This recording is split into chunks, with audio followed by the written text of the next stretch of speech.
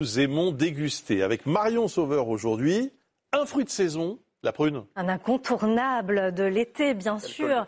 La saison a débuté mi-juin, elle va se terminer fin septembre avec les dernières variétés.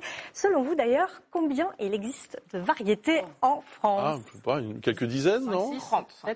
Alors, dans le monde, 2000. Ah ouais. À côté de la plaque. Et en France, on en mange une vingtaine globalement.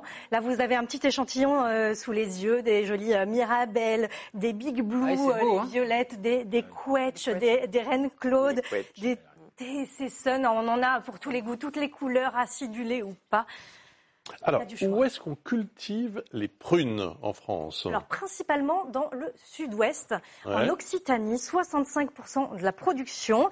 Il y a ensuite les Mirabelles et les Quetch, donc dans le Grand Est, bien sûr. Et ensuite, c'est dans le sud-est que ça se passe. Cette année, la production est plutôt bonne.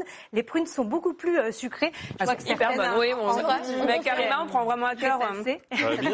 Elles sont bien découpées en plus. Et donc, j'ai bien travaillé. Non, mais regardez comme c'est joli cette assiette. j'adore les prunes. Mais c'est Et incroyable. elles se récoltent à la main, les prunes. Mirabelle, c'est des petits bonbons, quoi. À la main. Qu'elles soient cueillies, oui, à la main. Il faut qu'elles soient cueillies à maturité parce que ce sont des fruits non climactériques, donc qui ne mûrissent pas une fois qu'elles ont été cueillies. Celles-ci, elles sont parfaites, vous allez les découvrir. Pour les choisir, il faut, dans l'idéal, les tâter, les toucher. Donc, demandez bien à votre primeur si elles sont bien souples. Et puis, on regarde qu'elles aient un aspect bien lisse, pas abîmé. Et elles doivent sentir, les prunes, elles doivent sentir bon.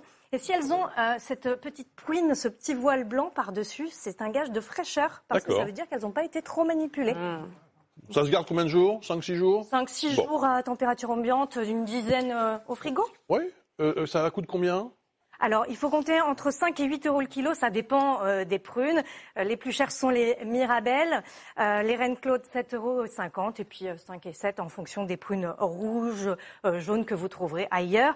La prune préférée des Français? La Mirabelle. Oui, la Mirabelle, effectivement. Indication géographique protégée pour la Mirabelle de Lorraine. Elle a failli disparaître à la Première Guerre mondiale.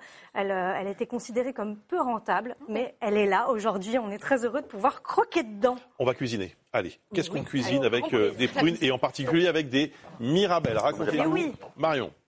Les Mirabelles. Alors, les prunes, c'est facile à cuisiner. On ne fait pas que de croquer dedans. On peut les manger bien sûr en dessert, mais aussi poêlées avec des viandes blanches. Ah oui. Essayez. Ah oui.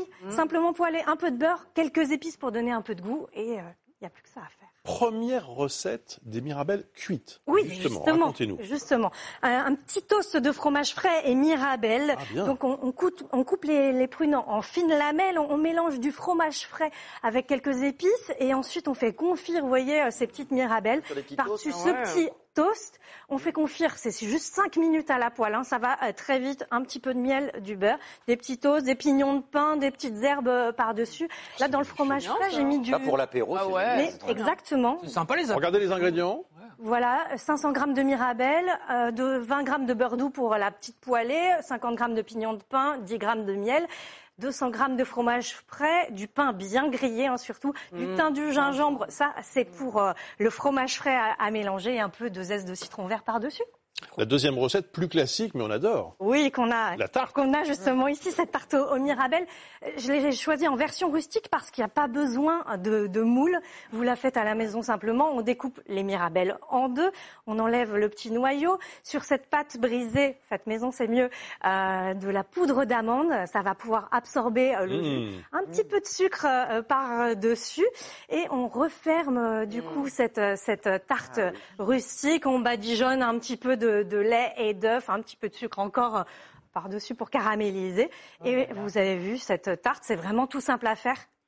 Voici les ingrédients qui s'affichent. Vous pouvez noter si vous nous regardez ce matin. Oui, un bon lot de Mirabelle, il faut être généreux. 500 grammes, 200 grammes de farine, 40 grammes de sucre muscovado, 100 grammes de beurre, 25 grammes d'amandes en poudre, 40 millilitres d'eau glacée, ça c'est pour la pâte, et une gousse de vanille avec un petit peu de lait, d'œuf et de sel. Voilà. On n'a pas de couteau. J'ai tout ce qu'il faut.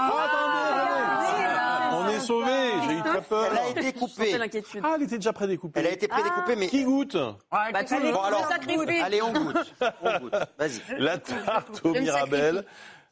Alors, Karima est la première à goûter, mais je crois que tout le monde s'y met. C'est délicieux. C'est délicieux? L'amande, ça apporte beaucoup de choses dans cette tarte. Et le sucre muscovado, c'est un sucre génial pour les... Oui, merci beaucoup à Marion. Merci à tous pour cette belle émission du vendredi. Et passez un excellent week-end, surtout une bonne fin